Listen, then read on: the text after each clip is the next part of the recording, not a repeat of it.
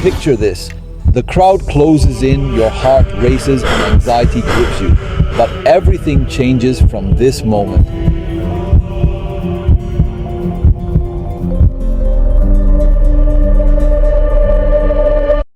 Have you ever found yourself in a crowded room, suddenly overwhelmed with the urge to escape?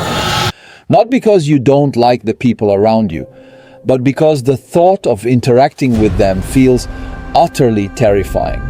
This isn't just fleeting shyness, it's social anxiety, a feeling that weighs heavily on so many of us.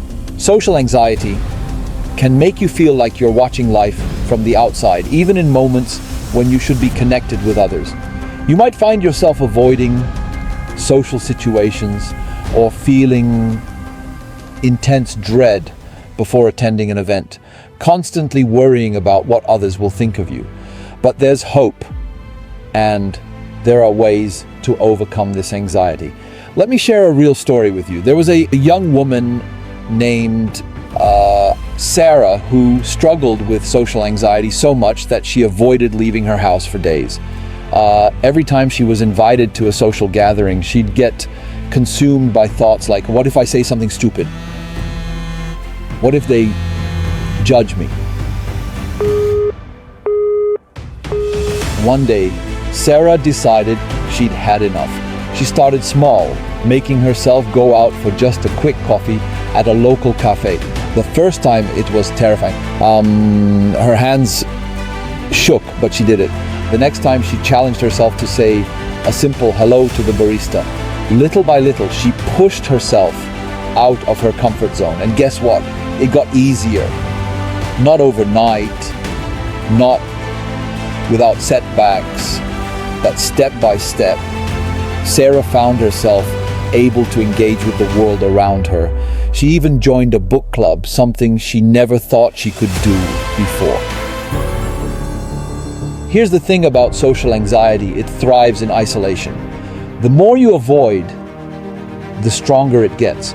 But when you start taking those small steps, whether it's initiating a conversation, making eye contact, or even just showing up, you start to weaken its grip on you. Another powerful tool is changing the narrative in your head. Social anxiety feeds off negative thoughts like they're all judging me, or I'm gonna embarrass myself. But what if you flip that script? What if you started telling yourself, I'm here to connect, or it's okay to be imperfect?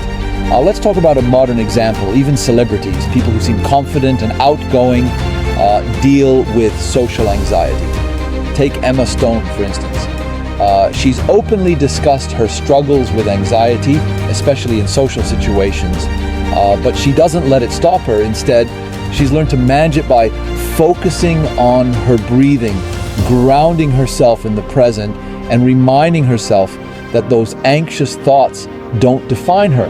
So what can you do today to start overcoming social anxiety? Start by facing one small fear. It could be as simple as making eye contact with someone on the street or joining a small group discussion. Celebrate those victories, no matter how small they seem. And remember, it's not about erasing anxiety completely. It's about learning to live with it, not letting it control you. You're better than you think. Social anxiety doesn't have to dictate your life. You can take back control, one step at a time.